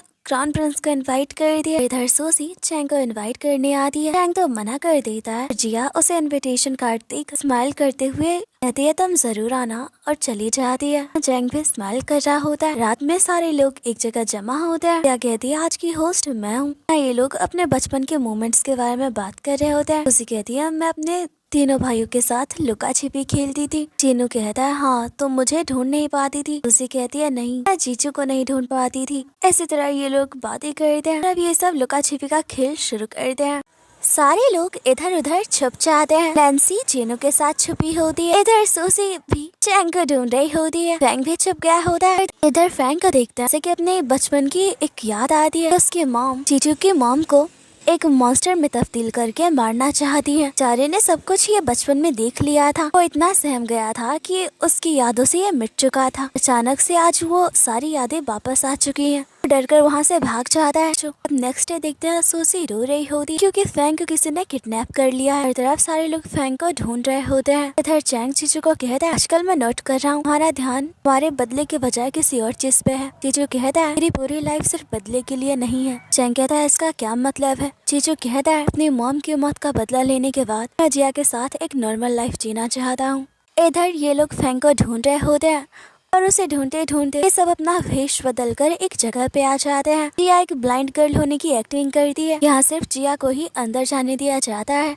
जिया बड़ी ही मुश्किल से फैंग को ढूंढ लेती है। इधर जीजू बहुत ही गुस्से में होता है। अपने बचपन के मोमेंट्स याद कर रहा होता है। उसे टॉर्चर किया जा रहा था। फैंग जिया को देखकर बहुत ही खुश होता है। जिया को कहता है मुझे मालूम था मेरे दोनों भाई मुझे ढूंढते हुए जरूर आएंगे। क्या जीजू यहाँ आ चुका है। यहाँ जिया अपने मन में ही कह रही है तुम्हारे भाई नहीं तो तुम्हें किडनैप करवाया है, फिर भी तुम उम्मीद कर रहे हो कि वो तुम्हें छुड़ाने आएगा। वो फैंग को सच नहीं बताती। फैंग कहता है बचपन में जीजू के साथ बहुत सी बुरी चीजें हुई। उसका बड़ा भाई हूँ, उसके बावजूद मैंने उसे नहीं संभाला। जिया फैंग के साथ यहाँ से भागने की कोशिश करती है पर इन दोनों को ही पकड़ लिया जाता है। इधर अब जीजू को पता चलता है फैंग को बचाने के लिए जिया भी गई है। इससे तो वो हैरान होता है। यहाँ वो फैंग पे गुस्सा होता है तुमने जिया को जाने से रोका क्यों नहीं, मुझे उसे बचाने जाना होगा। पर यहाँ चैंग उसे रोकता है। कहता है तुम उसे बचाने गए हमारा सारा प्लान खराब हो जाएगा, हम फू फैमिली से बदला नहीं ले पाएंगे। जीजू कहता है मुझे हर हाल में जिया को बचाना है। तो चैंग उसे रोकने लगता है। इन दोनों के बीच लड़ाई भी होती है। चैंग कहता है तुम्हें जिया जैसी कई लड़कियां मिल जाएंगी, उसके लिए तुम हमारे बदले को भूल रहे हो। ये जो कहता है जिया मेरी वाइफ है, मुझे हर हाल में उसे बचाना है, और वहाँ से वो चला जाता है। यहाँ चैंग को बहुत ही बुरा लगता है। उसकी बचपन की दोस्ती को देखा करके जीचू जिया को बचाने जा रहा है। इस तरह उनका बदला भी पूरा नहीं हो पाए। इसी के साथ ही इधर जेनू और नैन्सी जिया और फैंग को ढूंढ रहे होते हैं। आखिरकार उन्हें जिया और फैंग मिल ही जाते हैं। फैंग जेनू को कहता है मुझे पता था तुम मुझे बचाने जरूर आओगे, तुम लोगों के साथ जीचू क्यों नहीं है। जेनू इसका कोई जवाब नहीं देता और कहता है हमें जल्द ही यहाँ से निकलना होगा। जेनू अपने लोगों को मैसेज देता है कि वो उन्हें बचाने के लिए आ जाए। तभी यहाँ कुछ सैनिक आ जाते हैं। जिया और फैंग, नैन्सी और जेनू ये सब अलग अलग रास्तों में भागते हैं। इधर निंग को पता चलता है कि फैंग भाग चुका है। दरअसल ये मिस फू का भाई है और ये फैंग को किडनैप करके अपने कुछ शर्तों को इनसे पूरा करवाना चाहता है। सैनिकों को कहता है कि मुझे फैंग हर हाल में वापस चाहिए। इधर फैंग और जिया भी रास्ते में अलग हो जाते हैं। यहाँ फैंग पे कुछ लोग हमला कर देते हैं। फैंग बहुत ही इंसल्ट हो जाता है। यहाँ से बचाने जीजू भी आ जाता है, उन लोगों से लड़ाई करता है। जब वो फैंग के पास आता है, फैंग की हालत बहुत ही खराब हो रही है। फैंग जीजू को कहता है मुझे यकीन था तुम मुझे बचाने जरूर आओगे, कुछ भी हो जाए तुम मेरे भाई हो, पर मुझे माफ कर देना, बचपन में मैं तुम्हें नहीं बचा पाया। मेरी मॉम ने तुम्हारी मॉम को मारा, इसका जिम्मेदार भी कहीं न कहीं मैं ही था। शायद मेरी जान से तुम्हारा बदला पूरा हो जाए, प्लीज मेरी मॉम को मारना मत। यहाँ ये दोनों भाई इमोशनल होते हैं। इसी के साथ फैंग की जान चली जाती है, उसकी मौत हो जाती है। जीजू उसके सीने से उस चाकू को निकालने लगता है। तभी यहाँ जिया से इस तरह देख लेती है, उसे लगता है कि फैंग को जीजू ने मारा है। जीजू उसके पास आता है, कहता है क्या तुम ठीक हो। जिया कहती है तुम बहुत ही बुरे हो, तुमने अपने भाई को मार दिया। वो भाई जो कि इस उम्मीद में था कि तुम उसे बचाने आओगे, उसे अपने ही हाथों से मार दिया। जीजू उसे सच बताने की कोशिश करता है। जिया उसकी कोई बात नहीं सुन रही होती। वो जिया को अपनी गोद में उठा ले, कहता है यहाँ बहुत ही खतरा है। फिर जीनू और नैन्सी भी हर तरफ जिया और फैंग को अब ढूंढ रहे होते हैं और नैन्सी इंसल्ट होती है। जीनू अपने सैनिकों को कहता है कि वो नैन्सी को पहले ट्रीटमेंट के लिए लेकर जाए। यहाँ जिया के पैरों में मोच आई होती है, जो उसके पैरों को ठीक करता है। जिया इतनी जोर से चिल्ला दिया। जीजू कहता है नाटक बंद करो, तुम्हारा पैर ठीक हो चुका है। जिया कहती है तुम बहुत ही बुरे हो, वहाँ से जाने लगती है। जीजू कहता है यहाँ बहुत ही खतरा है। तभी कुछ लोग इन पे हमला कर देते हैं। इधर जीनू को अब फैंग मिल जाता है, पर उसे मरा हुआ देख पूरी तरह से टूट जाता है। अपने भाई की मौत से वो बहुत ही दुखी होता है। फिर जिया और जीजू भाग रहे होते हैं, पर रास्ता खत्म हो चुका है। इनके आगे खाई है, पीछे इनके दुश्मन खड़े हैं जो इनकी जान लेना चाहते हैं। जीजू निंग को कहता है एम्पायर को पता चल गया कि तुमने प्रिंस फैंग को मारा है और मुझे भी मारने की कोशिश कर रहे हो, तो तुम्हारा हश्र बुरा होगा। लेकिन निंग कहता है तुम यहाँ से जिंदा जा पाओगे तब तो किसी को बताओगे। इन दोनों पे हमला कर देता है। जीजू के पास कोई रास्ता नहीं होता तो वो जिया के साथ खाई में ही कूद जाता है। और तभी यहाँ जीनू भी पहुंच जाता है। निंग को कहता है बताओ मेरे भाई कहाँ हैं, तुमने क्या किया जीजू के साथ। निंग कहता है तुम्हारे दो भाई तो मर चुके हैं, तुम्हारी बारी है। और अब यहाँ लड़ाई शुरू हो जाती है। इधर एक नकाबपोश आदमी को दिखते हैं और यही मेन विलन है, जिसने की फैंग को मरवाया और जीजू को भी मारना चाहता है। उसका चेहरा नहीं दिखाया चाहता। इधर जिया की आंखें खुलती है, जीजू भी उसके साथ ही होता है। उसे सारी बात याद आती है कि कैसे वो खाई से नीचे गिरे थे। जिया जीजू को उठाने की कोशिश करती है, पर वो बेहोश होता है। फिर उसे आहट सुनाई पड़ी, कुछ लोग उसकी तरफ आ रहे हैं। जिया समझ आती है कि ये वही लोग हैं जो उन्हें मारना चाहते हैं। वो बड़ी मुश्किल से जीजू को अपनी पीठ पे उठाकर वहाँ से भाग रही होती है। यहाँ जीजू की आंखें खुलती है, सामने जिया को देखकर वो खुश होता है। जिया ने उसकी जान बचाई। पल भर में उसे एहसास होता है उसके हाथ पैर बंधे हुए हैं। इससे तो वह हैरान होता है। जिया को कहता है ये क्या किया है तुमने। जिया कह रही है बहुत ही खतरनाक हो, मैंने देख लिया है कि तुमने अपने भाई फैंग को मारा है, तो मुझे भी ना मार दो। तो ये मैंने अपनी सेफ्टी के लिए किया। और अब वो जीजू को खाने के लिए कुछ कीड़े देती है। जीजू तो पूरी तरह से शौक होता है, कहता है पागल लड़की, तुम्हें कोई जानवर दिख रहा हो जो इन कीड़ों को खाऊंगा। क्या कहते इसमें क्या बुराई। यहाँ जीजू की तबीयत बहुत ही खराब हो रही होती है। जिया देखती है जीजू को बहुत ही तेज फीवर होता है। वो उसके लिए दवाई लेने बाहर आ जाती है और तभी यहाँ कुछ बुरे सैनिक उसे ढूंढते हुए आ जाते हैं। जिया को कहते हैं हम तुम्हारी जान नहीं लेंगे, इसलिए मैं प्रिंस जीजू का पता बता दो कि वो कहाँ है। जिया पूरी तरह से घबरा जाती है। इधर चैंग और टैंग ये सब दूर से ही देख रहे होते हैं। यहाँ जिया के दिमाग में आइडिया आता है, वो इन लोगों को जीजू का पता तो बता देती है। इधर चैंग और टैंग दोनों ही जीजू को ढूंढते हुए पहुँच जाते हैं। टैंग जल्दी से जीजू को दवाई देता है, उससे लेकर यहाँ से जाने लगता है। जीजू कहता है कि जिया कहाँ है। ये सुनकर चैंग को गुस्सा आता है, कहता है तुम उस लड़की की इतनी फिक्र क्यों कर रहे हो, तुम्हें पता है तुम्हारी कोई भी फिक्र नहीं है। इसने उन सैनिकों को तुम्हारा पता बता दिया, इसी पते से हम तुम्हें ढूंढ पाए हैं। ने अपनी जान बचाने के लिए तुम्हारी जान कुर्बानी देना बेहतर समझा। जीजू कहता है ऐसा हो ही नहीं सकता, जिया खतरे में है, मुझे उसे बचाने के लिए जाना है। अब इधर जिया को ये सैनिक मारने ही वाला होता है। जीजू सही टाइम पे पहुंच जाता है, जिया को बचा लेता है और कहता है क्या तुम ठीक हो। यहाँ जिया को हल्की चोट आ जाती है। जीजू तैंग को कहता है इसे मारना मत, भी हमें पता लगाना आखिर इसका बॉस कौन है। और तभी यहाँ जिया बेहोश होने लगती है। जीजू कहता है क्या हुआ तुम्हें। यहाँ जीनू पहुंच जाता है, जीजू को जिया से दूर हटाता है, कहता है पहले तुमने फैंग को मारा, तुम जिया को भी मारना चाहते हो, उससे दूर रहना। जीनू कहता है तुमने फैंक को क्यों मारा, तो हमारा भाई था। जीजू कहता है मैं जानता हूँ तुम मुझ पे कभी यकीन नहीं करोगे, तुमने सब कुछ पहले ही मान लिया है, मेरा कुछ बताने का कोई फायदा नहीं। जिया की हालत खराब हो रही होती है। टैंग बताता है कि जिया पे जिस तलवार से बाहर किया गया था उसमें जहर था। टैंग कहता है अगर जल्दी से जहर को रोका नहीं गया ये जिया की पूरी बॉडी में फैल जाएगी, फिर जिया को बचाना नामुमकिन हो जाएगा। यहाँ तो जीजू खुद जिया की बॉडी से पॉइजन को निकालने लग जाता है। देखो सब हैरान हो। जीजू जिया की इतने फिक्र कर रहा है। इधर चैंग कहता है कि हम जिया को कुछ दवाइयाँ दे रहे हैं, अगर इसे देने के बाद जिया को होश आ गया तो ठीक है, वरना जिया नहीं बच पाएगी क्योंकि जो पॉइजन उसे दिया गया है वो बहुत ही स्ट्रॉन्ग था। जीनू जिया को मेडिसिन देता है, जिया तो मेडिसिन ले ही नहीं रही होती। चैंग कहता है हर हाल में जिया को ये दवाई पिलानी होगी। यहाँ जीजू खुद ही इस मेडिसिन को पीता है और वो जिया को माउथ टू माउथ वो मेडिसिन देता है।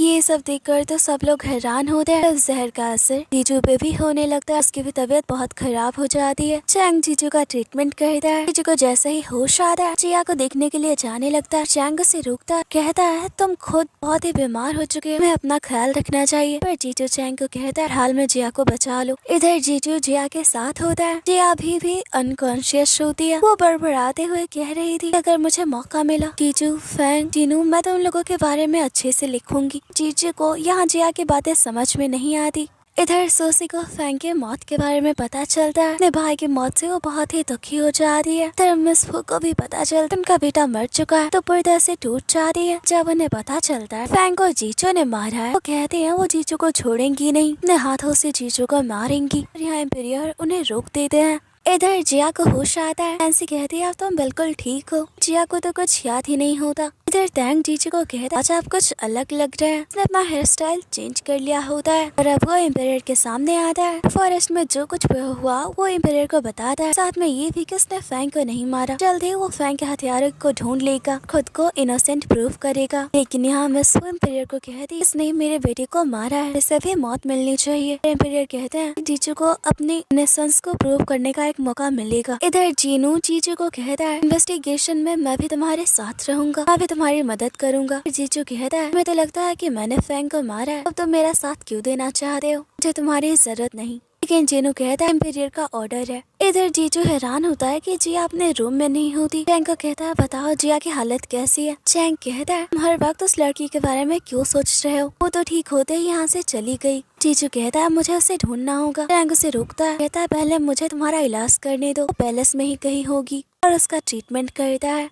इधर सारे लोग फैंग के फ्यूनरल पे होते हैं। फैंग की मौत से बहुत ही दुखी होते हैं। जिया सूसी को संभालती है, सूसी को वापस लेकर जा रही होती है। यहाँ चैंग का सामना होता है उससे। दरअसल वो सूसी से मिलने आया होता है। क्या कहती है तुम यहाँ क्या कर रहे हो। चैंग कहता है तुम मेरी पेशेंट हो, तो मैं बस तुम्हें देखने आया था। लेकिन जिया सूसी को बस पैलेस भेज देती है। यहाँ चैंग को कहती है सूसी बहुत ही इनोसेंट है, जैसा व्यक्ति इंसान उसे डिजर्व नहीं करता। तुमने और जीजू ने बहुत ही बुरे काम किए, कई लोगों को मारा है, आइंदा सूसी के करीब मत जाना। तब यहाँ चैंग जिया को सुनाना शुरू कर देता है, कहता है तुम कितने शान फरामोश हो, तुम जीजू पे फैंग को मारने का इल्जाम लगा रही हो, अगर वो नहीं होता आज तुम जिंदा नहीं होती। अपनी जान को खतरे में डालकर उसने तुम्हारी जान बचाई, तुम उसके बारे में ऐसा सोचती हो। ये सब जानकर तो जिया हैरान होती है कि उसे अब तक लग रहा था उसकी जान जीनू ने बचाई। जीजू कहता है तुम्हारी वजह से आज मेरा दोस्त बहुत ही बीमार है, उसे चोटें आई हैं, अगर उसे कुछ हो गया तो मैं तुम्हें छोड़ूंगा नहीं।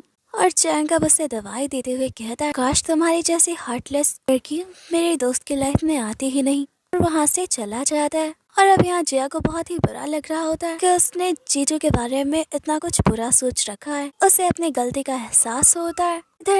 इधर जीजू अपने भाई फैंग को याद कर रहा होता है, कहता है कि मैं तुम्हारे हथियारे को सजा जरूर दिलवाऊंगा। इधर जिया जीजू का इंतजार कर रही होती है। जीजू तो उसे देखकर हैरान होता है, वो बिना बात के अंदर चला जाता है। इधर टैंग जिया को घूर रहा होता है। जिया कहती है तुम्हें क्या हुआ। टैंग कहता है मैं बस हैरान हूँ, अब कहीं भी किसी वक्त भी पहुँच जाती है। इधर जीजू ने उस आदमी को पकड़ रखा, उसने फैंग को मारा था और अब उससे जाने की कोशिश कर रहा है। उसने ये सब किसके कहने पे किया और वो कुछ भी बताने को तैयार नहीं था। और अब यहाँ जिया अपने बातों में उस आदमी को उलझा दिया। आखिर में वो आदमी एक्सेप्ट कर लेता है उसने ही फैंग को मारा है। ये देखकर तो जीजू हैरान होता है। जिया को कहता है तुम तो बहुत ही चालाक हो, तो काम मैं उतनी देर से नहीं कर पाया, तुमने पल भर में कर लिया। जिया स्माइल कर रही होती है। इधर वो चैंग के साथ जा रही होती है। यहाँ जीनू आ जाता है। दरअसल जीनू को पता चलता है फैंग के मटर के हाथों पे एक ब्लैक मार्क है। यहाँ वो जीजू को कहता है मुझे तुम्हारी जांच करनी है। जीजू सीधे से मना कर देता है। यहाँ माहौल गर्म होता देख जिया जीनू को कहती है मैं तुम्हारी मदद करती हूँ। वो खुद ही जीनू के खुद जीजू के हाथ दिखाने लगती है पर वो देखकर हैरान हो जाती है। जीजू के हाथों पे बहुत सारे मार्क होते हैं जो कि सालों पुराने हैं। अब ये सब देखकर तो यार जीनू को बहुत ही बुरा लगता है। जीनू जीजू से माफी मांगता है लेकिन जीजू कहता है मुँह को कुरेद कर माफी मांगने से दर्द कम नहीं होता और वहाँ से चला जाता है। इधर चेंग देखता है भरी बाजार में लोगों को टॉर्चर किया जा रहा था फू फैमिली के ऑर्डर पे। तो बहुत ही गुस्सा आ रहा होता है ये सब देखकर कि बचपन में उसके साथ भी ऐसा ही हुआ था। यहाँ जीजू भी आ जाता है और कहता है हम इसका बदला लेकर रहेंगे। इधर देखते हैं हमें फू की हालत बहुत ही खराब होती है। फैंग की मौत से वो पूरी तरह से टूट चुकी है। इस दुनिया में सबसे ज्यादा प्यार फैंग से करती थी, इस पिल्लो को ही अपना बेटा समझ रही होती है। जीजू दूर से ही ये सब देख रहा होता है। अपने मन में ही कहता है मैं तुम्हें मारना चाहता था, शुक्र मनाओ कि मेरे भाई की लास्ट विश थी कि मैं उसके माँ को जिंदा छोड़ दूं। इधर सारे लोग इम्प्रेस के साथ होते हैं। इम्प्रेस कहती है वो जल्दी जीनू की शादी करवाना चाहती है। इससे तो जीनू खुश नहीं होता पर जीजू बहुत ही खुश होता है। जीनू जिया को पेस्ट्री देने लगता है। यहाँ जीजू से रुकता है, कहता है अभी जिया की तबीयत खराब है, वो स्वीट्स नहीं खा सकती। इन दोनों के स्टेशन को इम्प्रेस बहुत ही अच्छे से देख रही होती है और तभी आमिसफू जीजू पे हमला कर देती है। जीजू मौका रहते ही बच जाता है। इम्प्रेस मिसफू को नजर बंद कर देने को कहती है।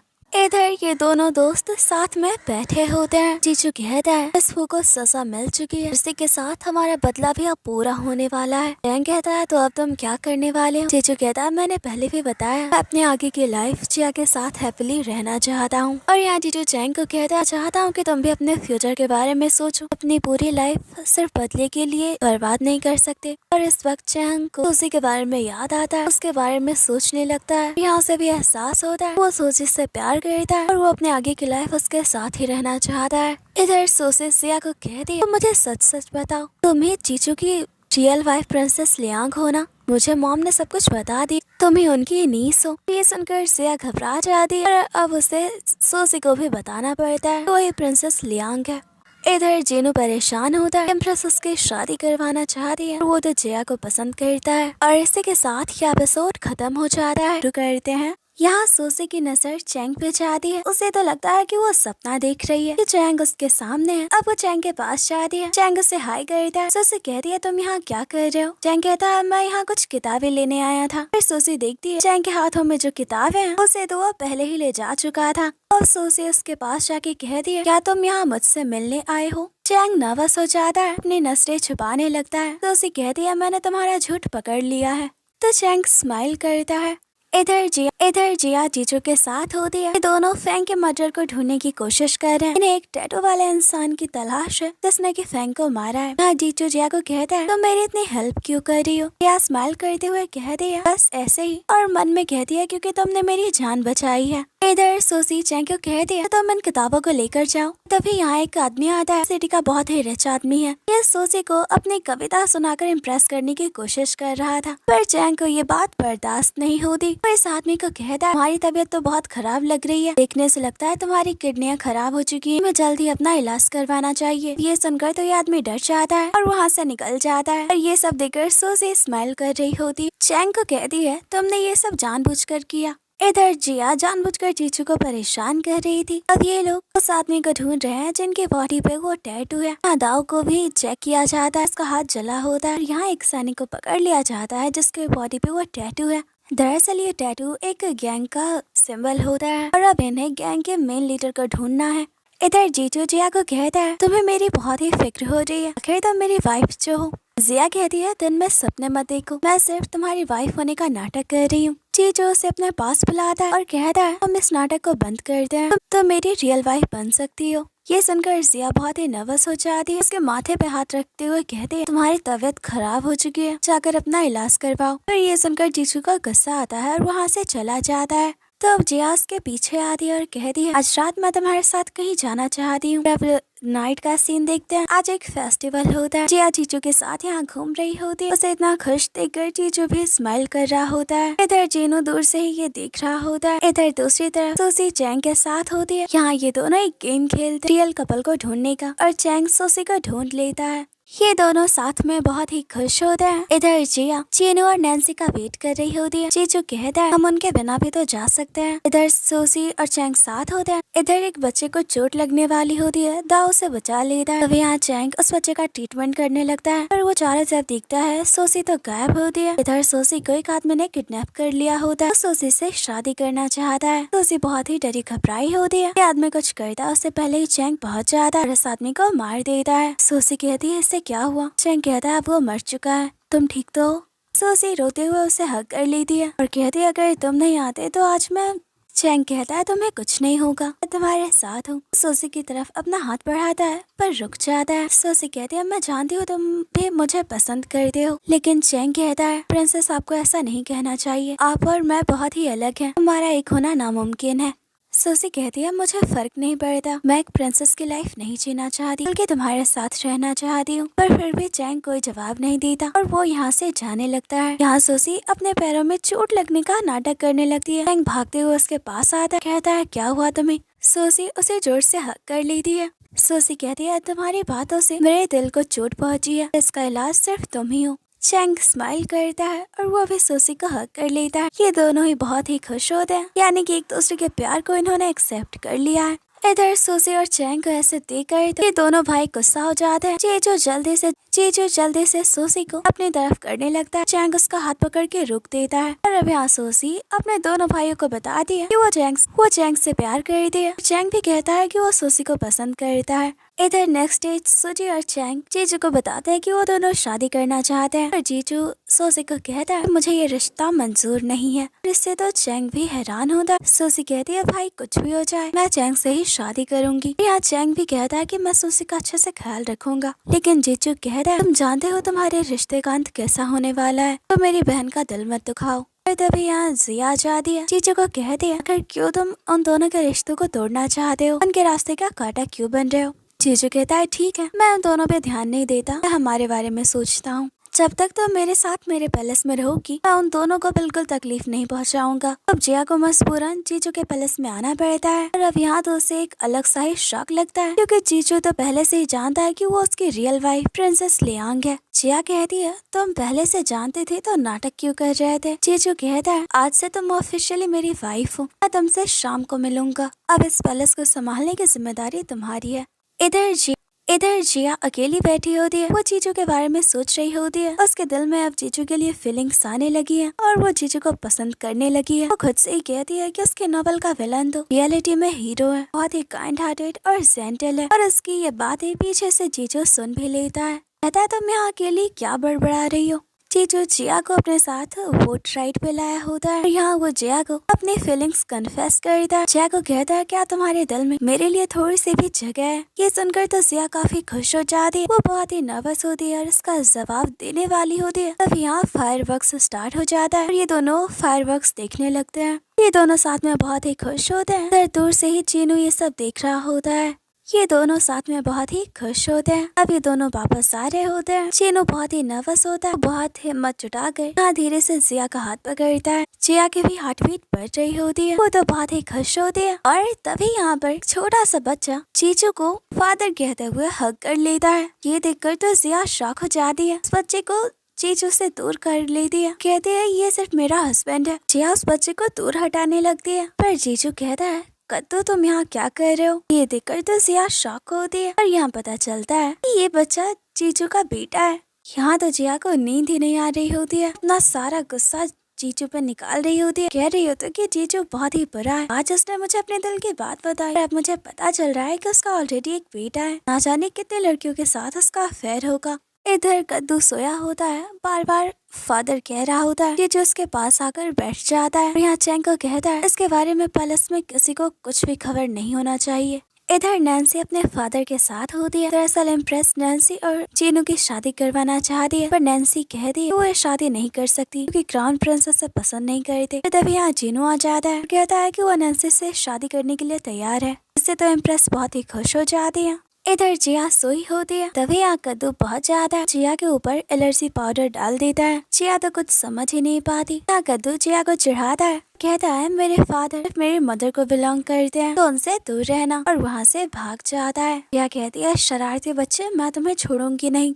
इधर जिया परेशान होती है, सारी बात सूसी को बताती है। सूसी तो स्माइल कर रही होती है, कहती है उस बच्चे ने एक ही दिन में तुम्हारी हालत खराब कर दी, और जिया को मेडिसिन देती है। जिया कहती है तुम्हारा भाई बहुत ही बुरा है। तो सूसी कहती है मुझे नहीं लगता कि वो बच्चा भाई का है। तो जिया कहती है तो वो जीजू को अपना फादर क्यों कह रहा था, जीजू ने भी उसे मना नहीं किया। सूसी कहती है तो मैं इस बारे में भाई से ही पूछना चाहिए। इधर एक बार फिर कद्दू जिया को परेशान करने लगता है। इस बार जिया उसे पकड़ लेती है, कहती है मैं तुम्हें छोड़ूंगी नहीं। तभी यहाँ जीजू आ जाता है। अब कद्दू कहता है फादर देखो आपकी वाइफ मुझे मारना चाहती है, ये मुझसे गुस्सा है क्योंकि मैं आपको फादर कहता हूँ। जिया बेचारी तो कुछ कह भी नहीं पाती। जीजू कद्दू को टैंक के साथ भेज देता है। इधर जिया बहुत ही गुस्से में होती है और कहती है मैं किसी के स्टेप मदर नहीं बन सकती। जीजू कहता है लगता है कद्दू ने तुम्हें बहुत ही परेशान किया। जिया आप गुस्से में जीजू के पास जाती है और कहती है तुमने मुझसे और क्या क्या छुपा रखा है, तुमने मुझे अपने बेटी के बारे में पहले क्यों नहीं बताया, तुम्हारे और कितनी लड़कियों के साथ अफेयर्स हैं, कितने बच्चे हैं।